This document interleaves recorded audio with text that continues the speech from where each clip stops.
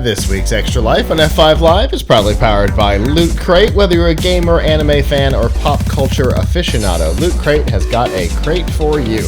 They curate a bundle of collectibles, apparel, figures, and more that you can't find anywhere else. Crates get delivered to your door. It is like getting an awesome birthday present from yourself every month. To learn more about the crates that are available and any deals that are going on, you can go to f5live.tv/Loot Crate. All right, so we've talked a lot over the last couple months, year or so in particular, about the chip shortages on products. Video cards have been heavy hit. Cars have been heavy hit. But so have the consoles. We've had some conversations on the show about that. Avram recommended a great tool, Hot Stock, if you're looking for a console, which is how we got ours. But because of all of this, the two big companies, Sony and Microsoft, have taken very different approaches in 2022 to their stock shortages. So Microsoft, dating back to 2020 when they released the Series X and S hardware, they made the decision to completely abandon the old hardware. We didn't really know. We suspected that they had ended production a while back on the old hardware, and we got confirmation that yes. And in fact, in June of 2020, all but one Xbox One model ended production, and that just after the release of the new hardware, they ended the last remaining device. So anything that's out there is legitimately old stock. It is a year and a half past its manufacture date. And they did that specifically because they wanted to focus manufacturing efforts, resources, and time on manufacturing the new hardware. Now, Sony, this week, we find out, has taken a very different tact, and in fact will be producing an additional 1 million PlayStation 4s in 2022 in an attempt to deal with the hardware shortages. I assume they're looking for to sell a PS4 to more casual console gamers who aren't part of the ecosystem already and aren't looking for that PS5 upgrade.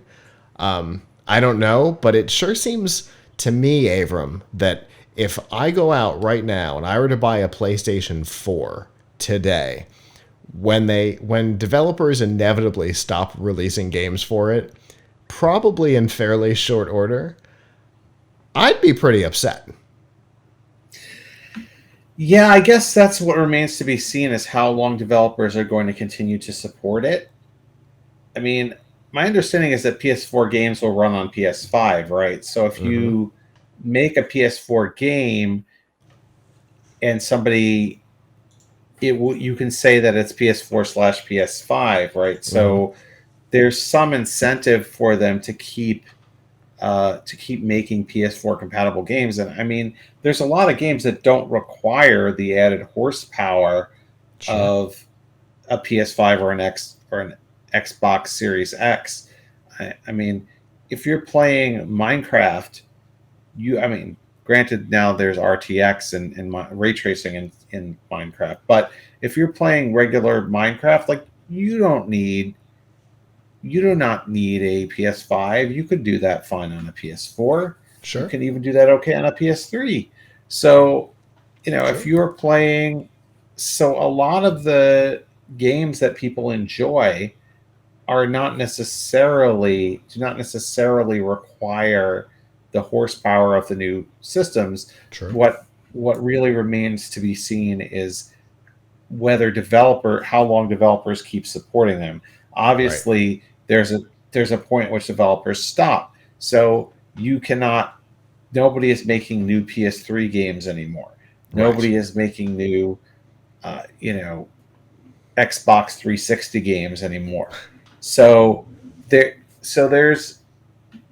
Although interestingly, people are still making Super Nintendo games on cartridge today, but that's a whole different But weirdness. it's probably because of just all of the nostalgia.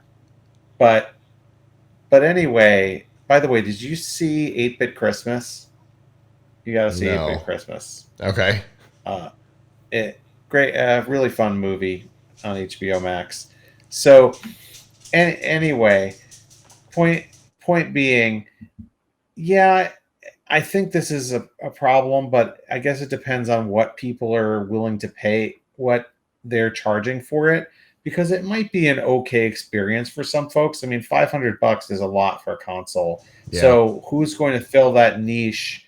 Who's going to fill that niche of like sub $300, sub $200? I mean, I don't know what they're charging for it, but who's going to fill that niche of inexpensive console? They're not filling it with a PS5, so Yeah. it's understandable. Whereas the Xbox Interesting. Series S fits Keep that going. niche a bit, right?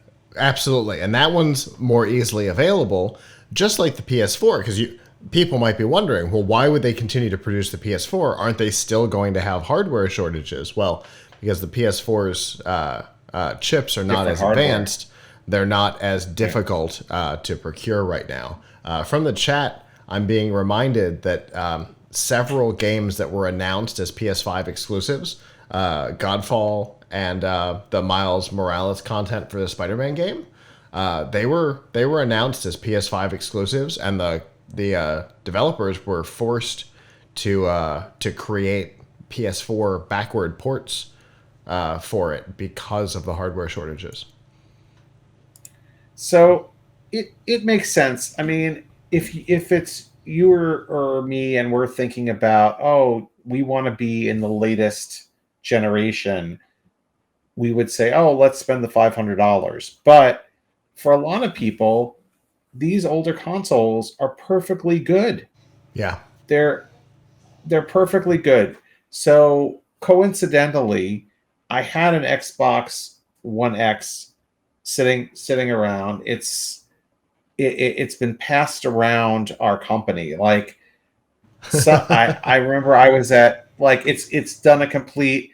I had one time I went to to the Microsoft conference, and Microsoft gave everybody an Xbox One.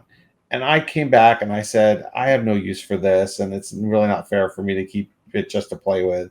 So I gave it to Cherie, who was using it for game testing and was playing games on it.